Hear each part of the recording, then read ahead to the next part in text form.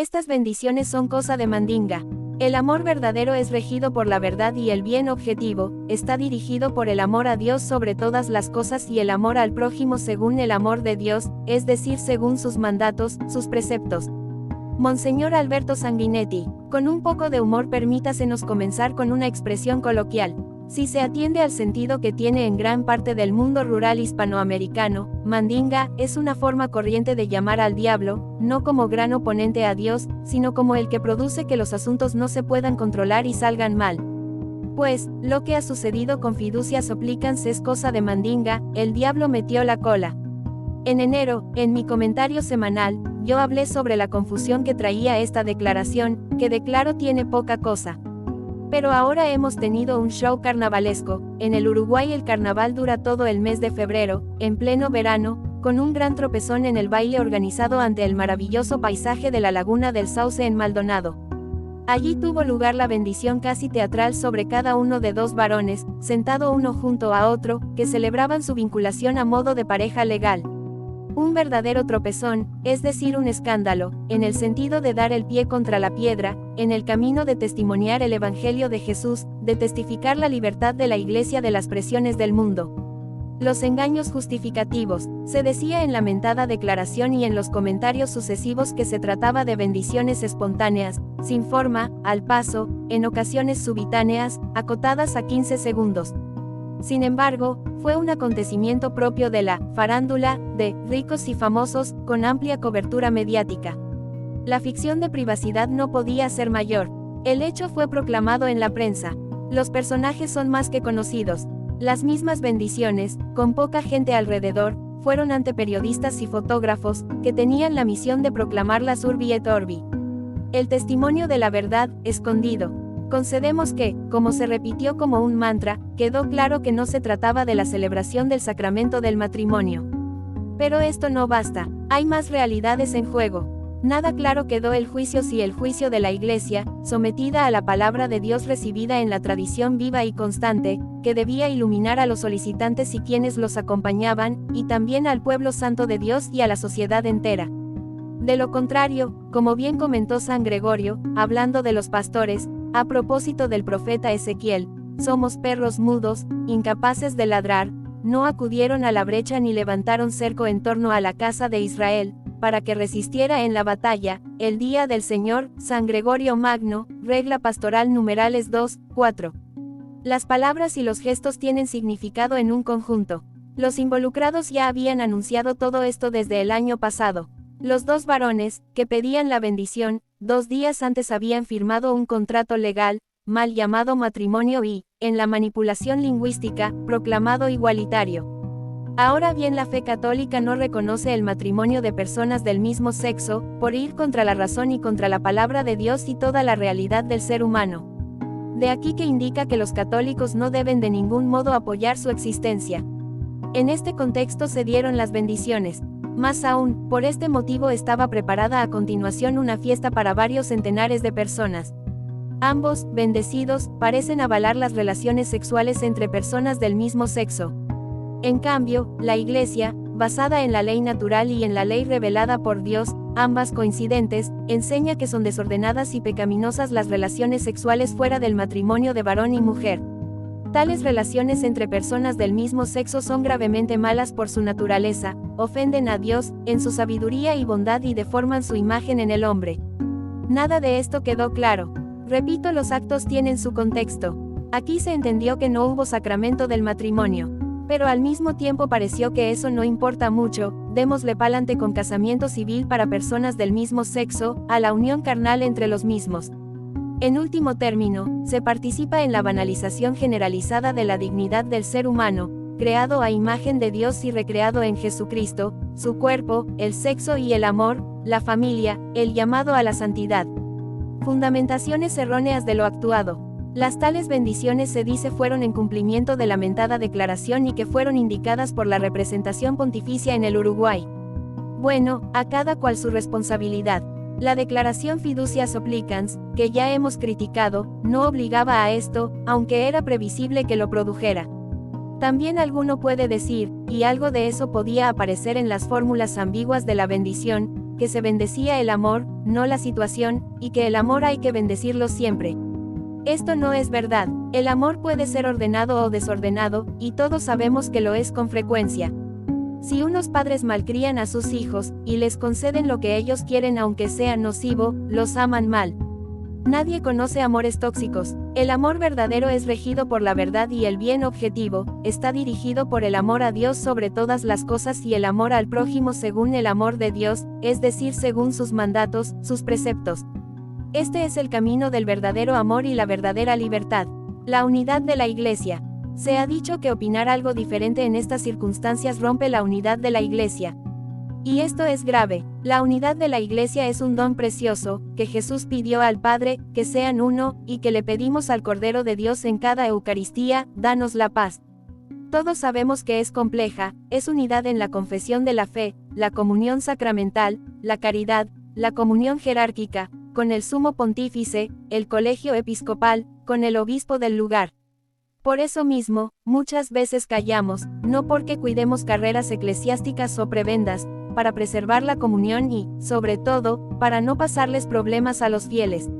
Sin embargo, otras veces el mismo amor a la unidad pide manifestarse, sobre todo cuando está en juego la salud de las almas. Ahora bien, nótese que la división en este asunto nació de la fiducia supplicans. Basta con ver el número y la calidad de las intervenciones que, manteniendo la comunión con el obispo de Roma, señalan las deficiencias del documento y, si tienen carga pastoral, cierran sus jurisdicciones a las bendiciones propuestas. Por algo se convirtió el escrito, según la expresión del arzobispo de Oviedo, en fiducia complicans.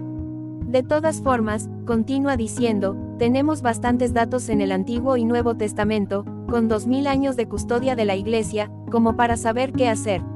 Las observaciones a la confusión y los errores provienen de toda la Iglesia universal. Baste con referir la alocución del presidente de la Conferencia Episcopal de Nigeria, la Iglesia que hoy en día tiene más cristianos muertos por su fe en Cristo, mártires. Desgraciadamente fiducia supplicans tiende a herir la unidad y la catolicidad de la Iglesia.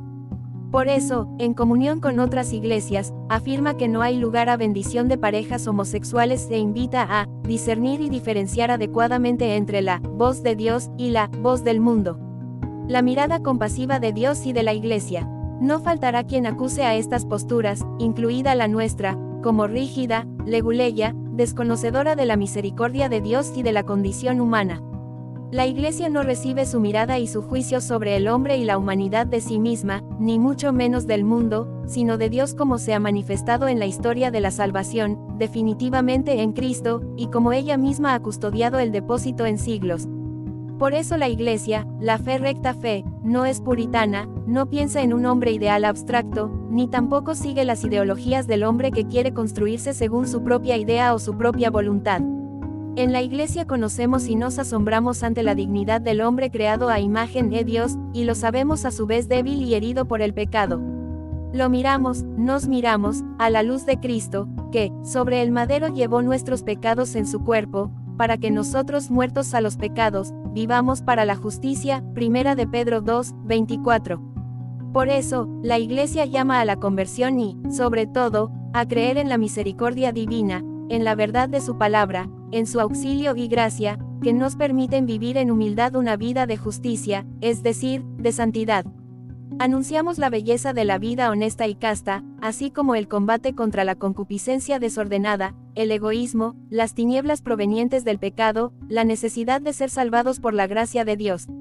En todo lo que tiene que ver con el cuerpo, la sexualidad, a partir del sexto mandamiento, guiados por la razón iluminada por la palabra divina, hay un camino de verdad, castidad, pureza a transitar. El culmen es ofrecer nuestros cuerpos como víctima, viva, santa, agradable a Dios, como nos enseña San Pablo. Romanos 12, 1. En la cultura que nos rodea es ampliamente rechazado este plan sapiente y maravilloso del Creador y Padre. Pero, escuchemos al apóstol que nos exhorta, no se acomoden al mundo presente, antes bien transfórmense mediante la renovación de su mente, de forma que puedan distinguir cuál es la voluntad de Dios, lo bueno, lo agradable, lo perfecto. Romanos 1, 2. Es la verdad sobre el hombre, el designio de Dios, su juicio y el llamado a conversión, su gracia para vivir en justicia y santidad, lo que en la luminosidad de la tarde de la laguna del Sauce apareció en tinieblas. El esplendor del Evangelio quedó ocultado. No resuena la ley de Dios, el llamado a la santidad, ni la búsqueda de ella.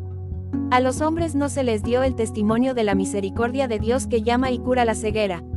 Muchos fieles están confundidos, flaco favor se les hace la multitud que lucha, con la mirada a lo alto, por llevar una vida afectiva y sexual concorde con la razón y el Evangelio, sea con atracción hacia el sexo complementario, sea hacia el propio.